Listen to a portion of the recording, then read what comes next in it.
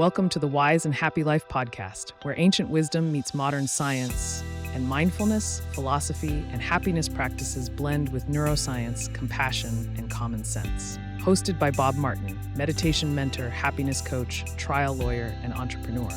This podcast explores how to live with grace, presence, and purpose in a complex world. Hey, good people. Welcome to another episode of A Wise and Happy Life podcast.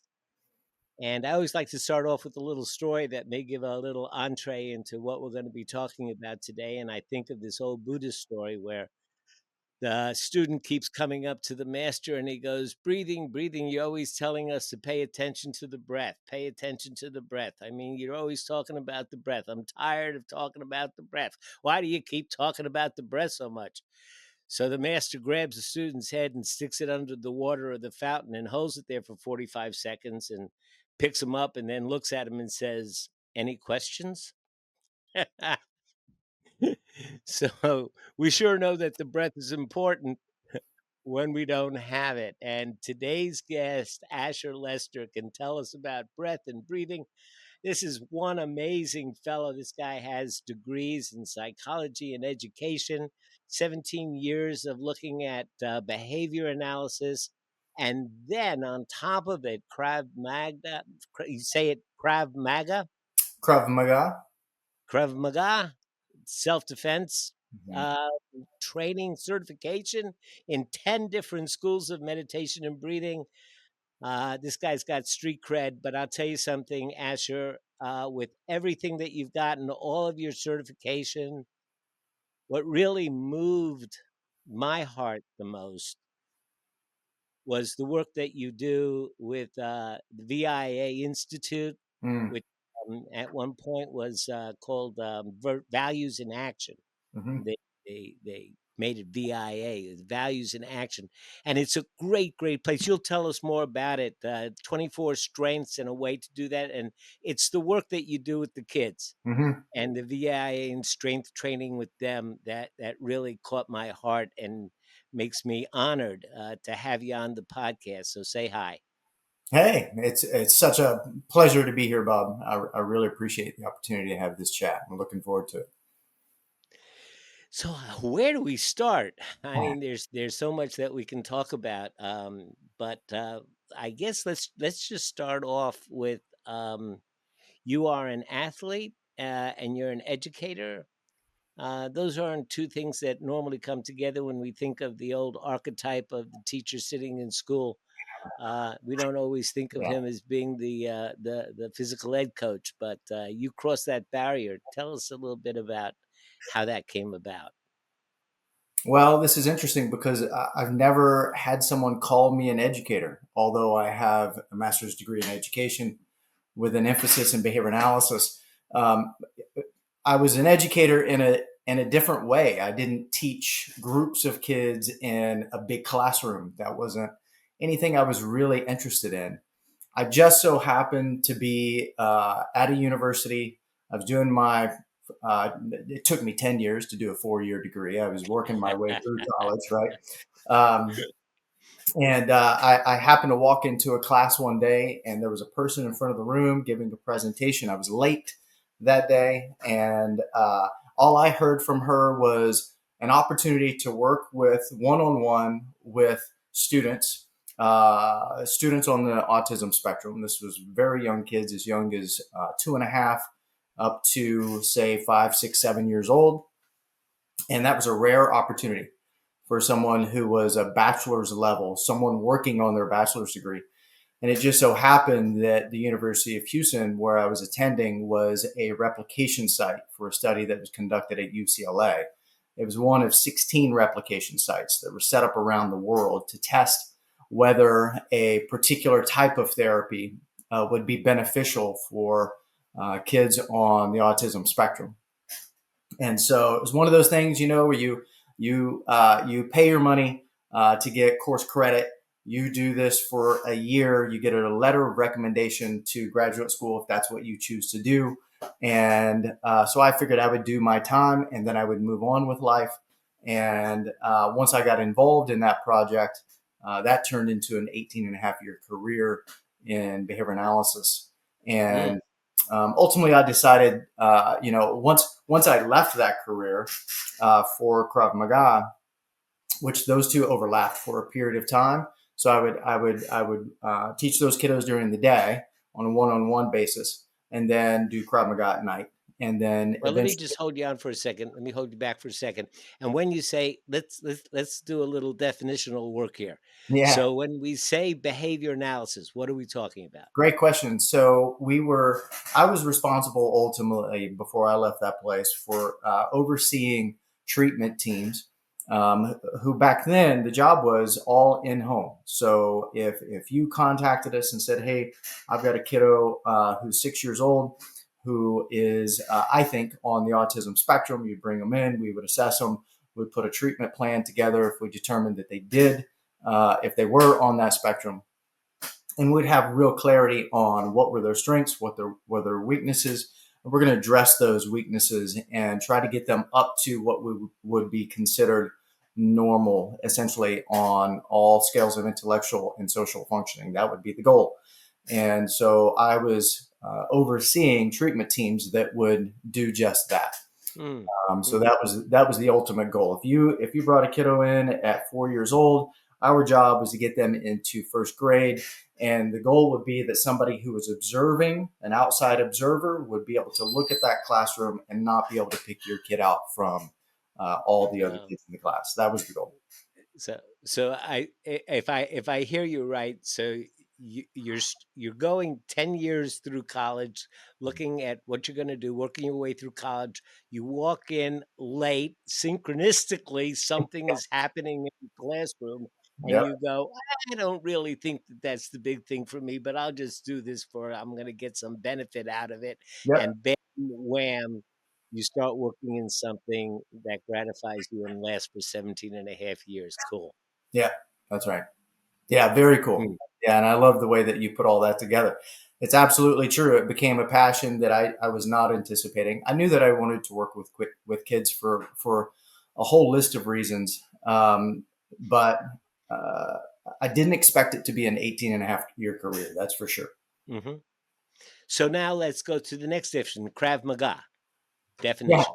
Yeah. So Krav Maga, it's just so everybody knows, in case they don't know, it is a defensive tactics program, essentially designed by a person who became Israeli. He was a Hungarian Jew, and we're talking about late 30s.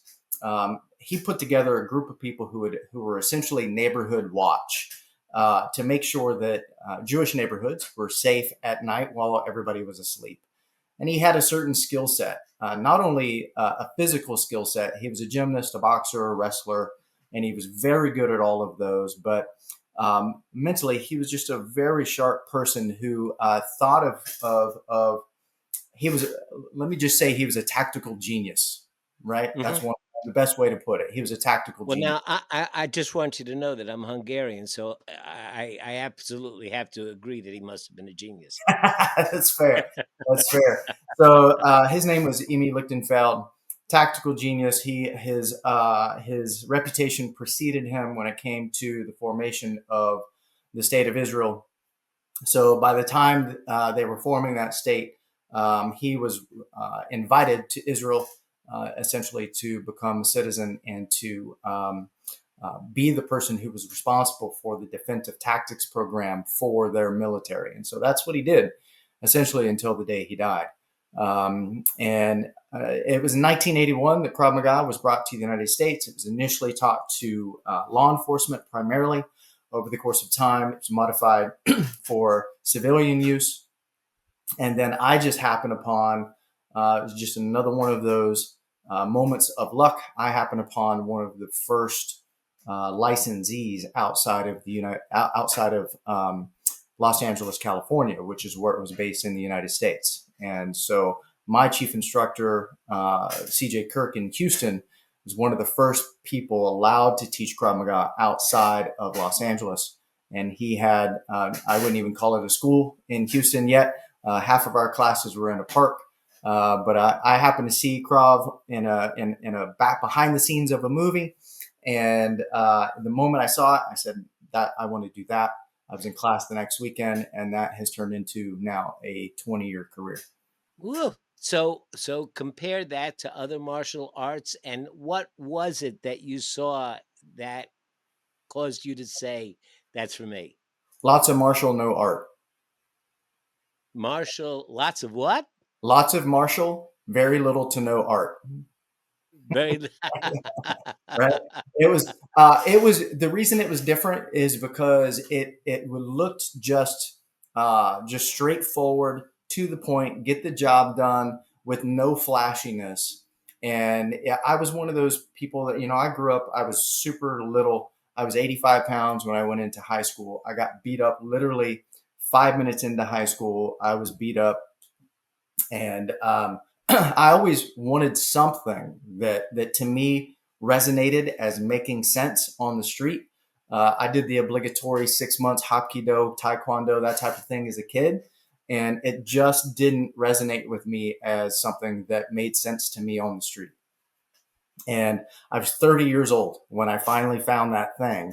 And it was just by chance that I was flipping channels looking for something to watch, turned on to this show that I had never seen before, and bam, I see it immediately.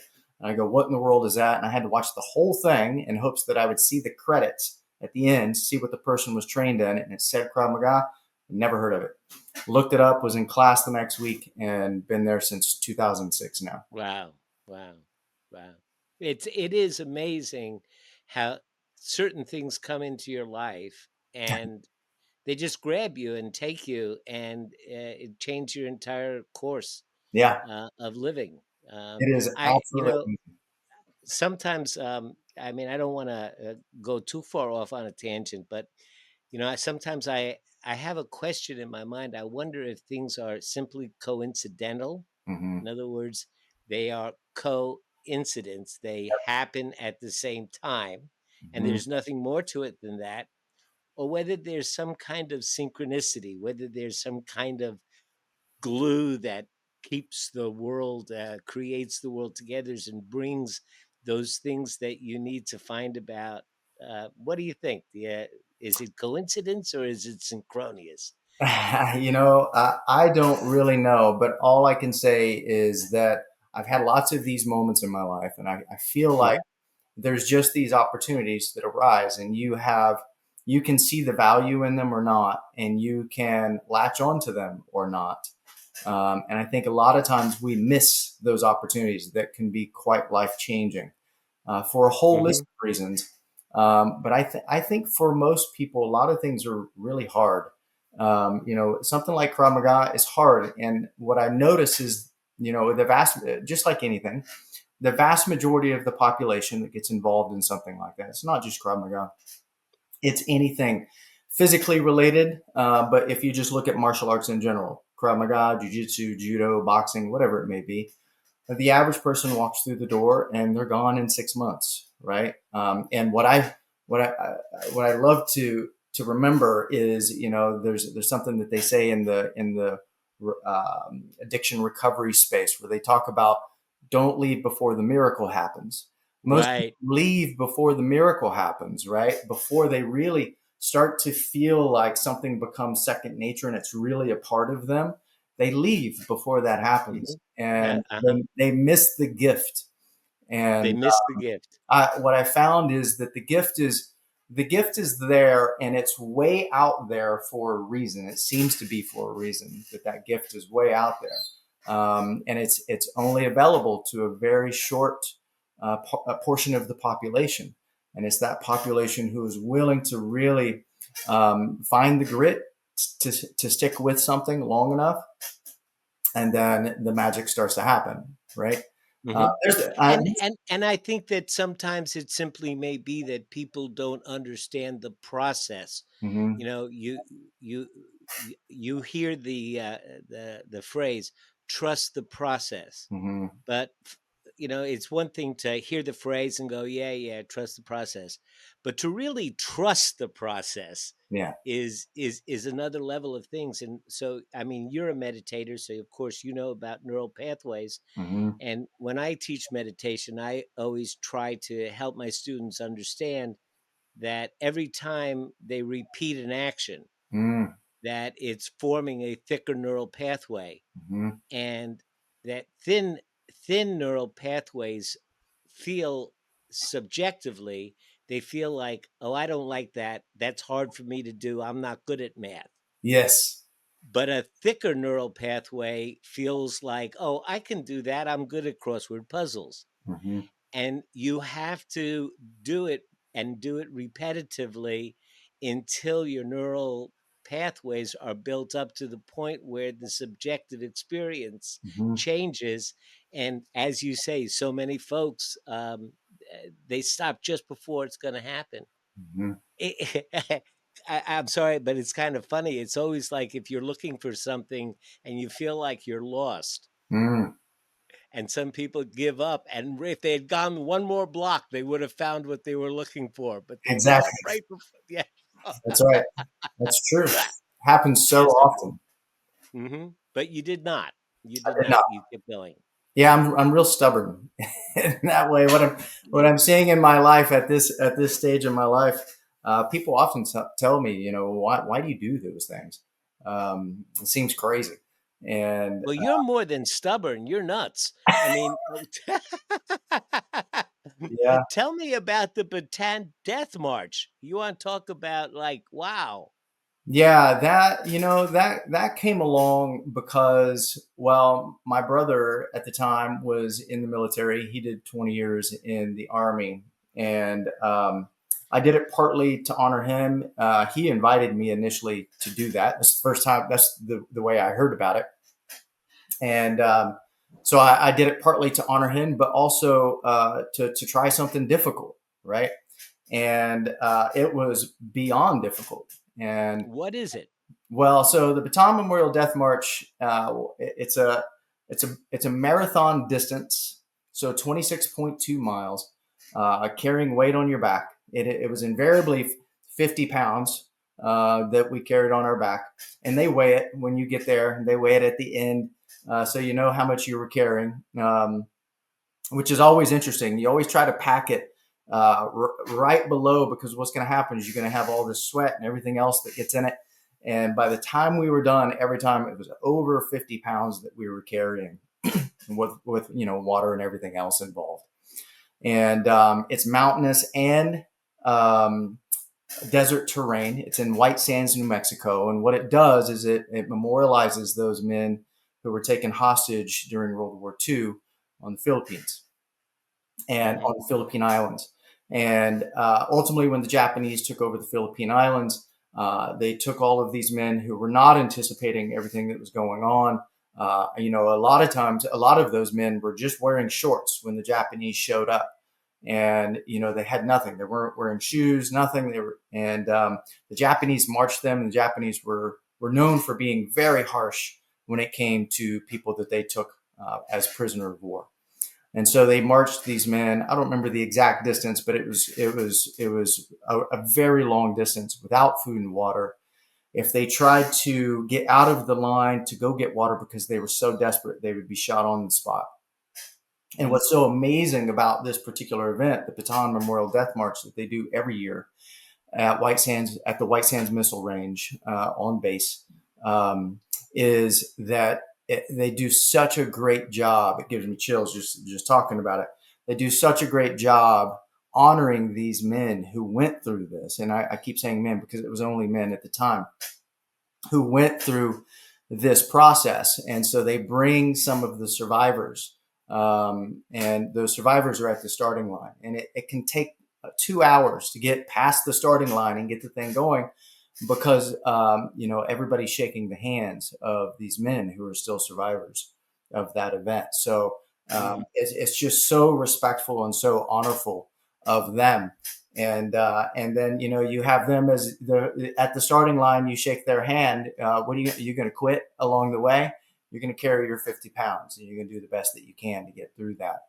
And at the same time, you have a lot of people come out who are have been involved in some capacity in the 20-year wars that we've been involved in the Middle East.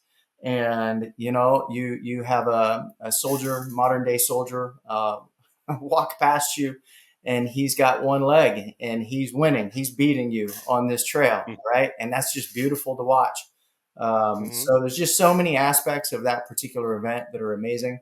I can tell you that every time I got done with it, I said, I don't ever want to do it again. And then an hour And later, how I'm like, many times? yeah, 6 times. Yeah. And then within an hour, you're like, I think I'll be here next year. Right. Because there's what I learned about doing that event multiple times. And you hear people always talk about they have their bucket list of items. And on that bucket list, all too often is something like a marathon. Right. And they go do a marathon. They do one marathon and they never do a marathon again. And I can tell you that it was the 6th Bataan Memorial Death March where I learned the most, where all the skills that I was trying to apply to be able to get through that event, the breathing and the meditation skills that I was bringing to that event was like the testing ground of the skills that I was learning, on the cushion or just throughout a normal day in life. And what that 6th Bataan Memorial Death March, I'll just be honest, I was so emotional. I was crying the whole last mile out of gratitude and appreciation for the 6th one, because I got so much out of that one, where it seemed like all the skills finally came together. And instead, I was able to be in the moment instead of constantly thinking about, man, I just really wish this was over. I was able to be in the moment no matter what. And then when I realized, oh man, I've only got a mile left. And it's all happened in the way that I always dreamed that it could or thought it might be able to. It was just it was a beautiful experience. And since COVID happened, I've taken some other people through that virtually. Instead of going to White Sands, New Mexico, we've done it in Houston. And that's been really fantastic to get people involved who otherwise wouldn't have been able to do it, wouldn't have been able to travel to White Sands. And that's a lot of fun. So we've done that. It's been more than 6 times. I went to White Sands 6 times, but since COVID, I've taken quite a few people through it every year since. It's just been great. Asher, so what I'm hearing, what we're talking about is a certain kind of toughness. And the toughness that you're speaking about is physical, but it's also really mental. And what I'd like to have a conversation with you about, and I'd really love to get your insights, is about fear. I look around today and I see fear, raising its head in so many different ways and on so many different levels. We're in a political situation where our leaders seem to be leading us by instilling fear in us and offering us a solution out of that fear. And then I see people who are putting restrictions on their lives because they're scared to try something new, or they're scared to watch the news because they're afraid that it might make them uncomfortable, and so they're beginning to isolate more and more. And don't get me started on screens, and the way that we communicate teleportically. But fear is something that you have been working on at your level. And when I say at your level, the only thing that I could relate that to is one day I was talking to a yogi, and he showed me a move where he put his head between his legs. He bent over and stuck his head between his legs. And I said to him, I could never do that. And he said, well, just try. So I got to about a 90-degree angle. Yeah. Nowhere. I got about a 90-degree angle, and that's about as far as I could go. And he says, push a little harder. So I pushed a little harder. He goes, you and I are doing the same work. And I said, what do you mean? He said, I am working at my edge, and you are working at your edge. And what's important is just to work at your edge. And so the kind of thing that you've been working on, the fears that you've been overcoming, they seem out of reach for so many of us, but nevertheless, you're just working at your edge. That's all you're doing. And so you're working with fear. And I wonder if you could address that and give us your insights Mm-hmm. on fear and how isolating and restricting it can be in life, Mm-hmm. and what it takes to overcome it, even if it's just a sand grain at a time. I love this question because I was just doing a training a couple of weeks ago with some firefighters where I'm teaching them concepts of breathing and autonomic, nervous system management, essentially, right? So, how do you manage yourself when you're going into? You hear the bell go off that there's an emergency, a fire. It's a fourth Hmm. story fire. You know that right off the bat. You're getting into the fire truck. Sirens are going, right? There's chaos. It seems like chaos. How do you manage yourself during those situations? And I have these Yeah. really fascinating studies. HeartMath has done some really incredible studies where they'll show graphically what's happening to a police officer when they put them in a simulation. It's not even real, right? Which is what's going on with the vast majority of us all day long.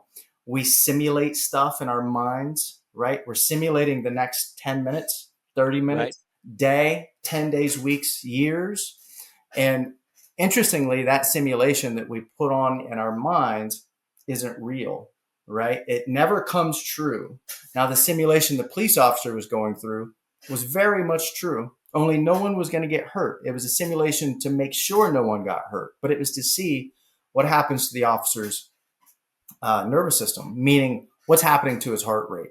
And what's so fascinating about it is for the 10 minutes working up to before he's even in the staging area, getting ready to open a door and go in and de escalate a fake scenario, right? You can see what's happening to his heart rate. It's all anticipatory stress. And Hmm. so this is fear, right? Essentially, he's fearing, Right. Right. he's thinking about, he's future projecting the worst outcome, the worst potential outcome, right? And he's probably got 10 of those in his mind that he's already thinking about. And it's reflected in his nervous system in that moment. So you can see his heart rate go up to like 140, anticipatory stress. He's not even moving. He's sitting in a chair and he's anticipating something happening, and it's having a direct impact on his nervous system. So the one thing that I will say is that for me, there's somebody who has a song called "Fear Is a Liar," and it's such a great song. But that to me is just a reality that this machine between our ears, our brain, its sole job is to meaning make. It comes up with stuff all day long to protect you, but the reality is we identify with it, and what ends up happening is we act as if the things that are coming up in our mind is true. And fear is one of those biggest things. And what I find is that the fear of something tends to be so much worse than the thing itself. And if we can just recognize that, then we will have a bigger life, right? Right. We won't contract as much, and we won't restrict ourselves near as much if we just It's realize that the thing is not near as scary is all this anticipation that we put into that thing. it's kind of like going to the dentist is worse than being at the dentist. Yes. Yes. Well, and But but you can speak to this too, perhaps, that our mind really doesn't know the difference physiologically mm, between anticipatory fear and actual danger. yes. So this is where the mindfulness comes in, right? Is Hmm. when you wake up from this dream where you're future tripping, really worrying about something. You go, you know what? I don't even know if this is true. Is this really true about this thing? Is it really going to be that bad? And is it really worth going through what I'm putting my body through, where I have this anticipatory stress that is increasing stress hormones in my body, and it's causing me mental strife, and it's also affecting the way that I interact with the people around me, which is to me huge, right? How much of the who is it? No, Joseph Goldstein. This came from Hmm. Joseph Goldstein. Almost said Jack Cornfield. Joseph Goldstein talks about this, and it's just so incredible to me. He talks about the soundtrack to a movie, right? What is the soundtrack going off in your head all day long, Uh-huh, whether it's uh-huh. future tripping or thinking about the past, or whatever it is that you're saying to yourself in this moment, right? And the reality is that the vast majority of the time, just like watching a movie, right, the soundtrack is happening, but you're not really aware of the soundtrack. But it doesn't mean it doesn't have an impact, right? The music is there for a reason. It's enhancing, it's magnifying the emotional experience of that television show or movie, right? But you're very seldom aware of the music, and you can think of what's going on in your head, the future tripping, the rumination, the way you're interfacing with yourself in this moment as the same type of thing. It's a soundtrack. It's the soundtrack of your life. And the question is, what impact is it having on you? And the truth is that impact can be deleterious, not only physically in terms of our physical health over the course of our time, but also on our mental health. But more importantly, it can be deleterious to others because of the way that we interface with others. Can I share a story with you Just a that second, Asher. Let me just jump in here for a second. So we're talking about anticipatory stress, and we're talking about the deleterious effect that it has on you. And there's no question, I think everybody in the audience has had that experience. They know that there's this constant patter of this soundtrack, as you say it, that goes off in their mind. And the question is, what can we do about it? yeah. So I'm going to say, let's take a little break right now. And folks, in part two, we're going to go into what breathing and meditation and what other techniques there are available in order to not eliminate, because you're never going to eliminate the music, the soundtrack, but at least you might let it fade, into background noise. Mhm. And we're going to talk about how to do that.